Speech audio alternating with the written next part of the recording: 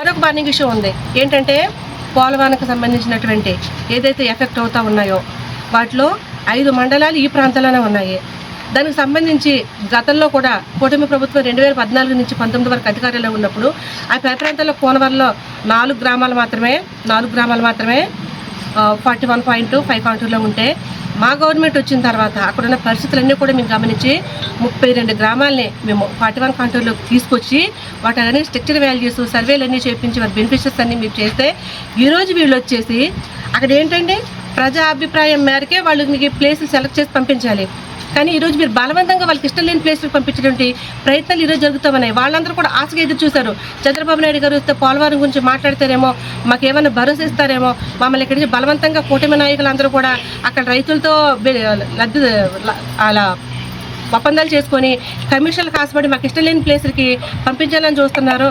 అది ఆపడానికి వెళ్తుంటే అధికారులు కూడా స్పందించట్లేదు. కనీసం చంద్రబాబు నాయుడు గారు వస్తున్నారు, దీని మీద మాకు క్లారిటీ ఇస్తారేమో, మమ్మల్ని ఆదుకుంటారేమో అని చెప్పేసి పోలవరం రైతులు కూడా మీరు దీని గురించి కనీసం మాట్లాడతారేమో చెప్పి ఎంతో ఎదురు చూస్తారు. కనీసం మీరు గిరిజన ప్రాంతానికి వచ్చి మీరు పోలవరం గురించి మాట్లాడలేదు, జీవో నెంబర్ 3 మీద స్పష్టత ఇవ్వలేదు.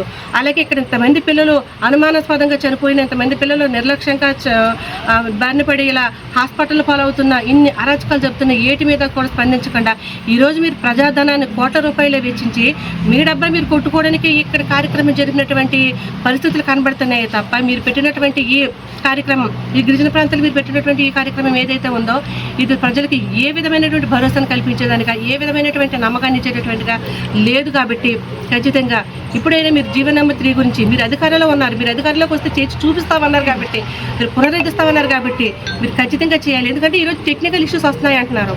జీవో నెంబర్ 3 విషయంలో లీగల్ పరంగా ఇష్యూస్ ఉన్నాయి అంటున్నారు. మరి జగన్ గారు ఉన్నప్పుడు జగన్ తీసేస్తారు, మీకు కనిపించలేదు, మీరు వస్తే చేస్తామన్నారు కదా, మరి మీరు వస్తే చేస్తారని చెప్పి జనం ఎదురు చూస్తూ ఉన్నారు కదా.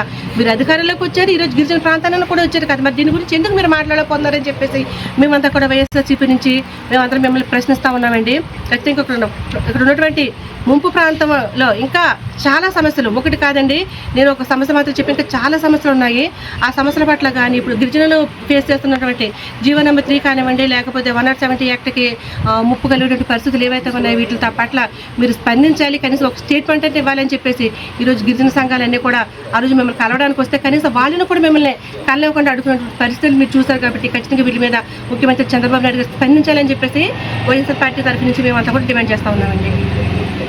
జగన్ కొట్టేశారు మీ ఓళ్ళకి పాపం తెలియదు అనుకుంటానండి. జీవో నెంబర్ 3 ఎవరు కొట్టేశారో కూడా తెలియనట్టు అజ్ఞానుల్ని మీరు మంత్రులు గాను ఎమ్మెల్యేలు గాను పెట్టుకున్నారు. మీరు అంటున్నారు జీవో నెంబర్ 3 ఈరోజు జగన్ గారు కాదు సుప్రీంకోర్టు కొట్టేసిందని చెప్పేసి. మళ్ళీ జీవో నెంబర్ 3 గురించి మా గవర్నమెంట్లో ఉన్నప్పుడు నెల రోజుల్లోనే జీవో నెంబర్ 3 కొట్టేసిన నెల రోజుల్లోనే మేము రివ్యూ పిటిషన్ వేసాము.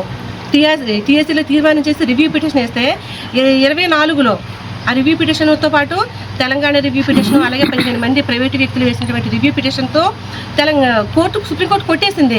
క్లియర్గా మా దగ్గర ఆధారాలు ఉన్నాయి. అటువంటి దానికి ఇప్పటికీ కూడా మీ ఎమ్మెల్యేలు మీ మినిస్టర్లు జగనే తీసేశారు వాళ్ళు కొంచెం చెప్పండి సార్, మీరు జీవో నెంబర్ 3 జగన్ తీసేయలేదు, అది సుప్రీంకోర్టు కొట్టేసింది అని చెప్పేసి వాళ్ళకి కొంచెం అర్థమయ్యేలా చెప్పండి. పైగా ఈరోజు ఇక్కడికి వచ్చి కూడా గిరిజనులు ఎంతో ఆశగా ఎదురుచూసిన జీవో నెంబర్ 3 గురించి కూడా మీరు కనీసం వాళ్ళకి హామీ ఇవ్వకపోవడం, వాళ్ళకి ఒక నమ్మకం కలిగించకపోవడం నిజంగా మీరు గిరిజన జాతికి చేసినటువంటి ద్రోహాలు ఇదొకటైనా కూడా మీరు గుర్తించాలి, జాతి కూడా గుర్తించాలని చెప్పేసి నేను చెప్తా ఉన్నాను.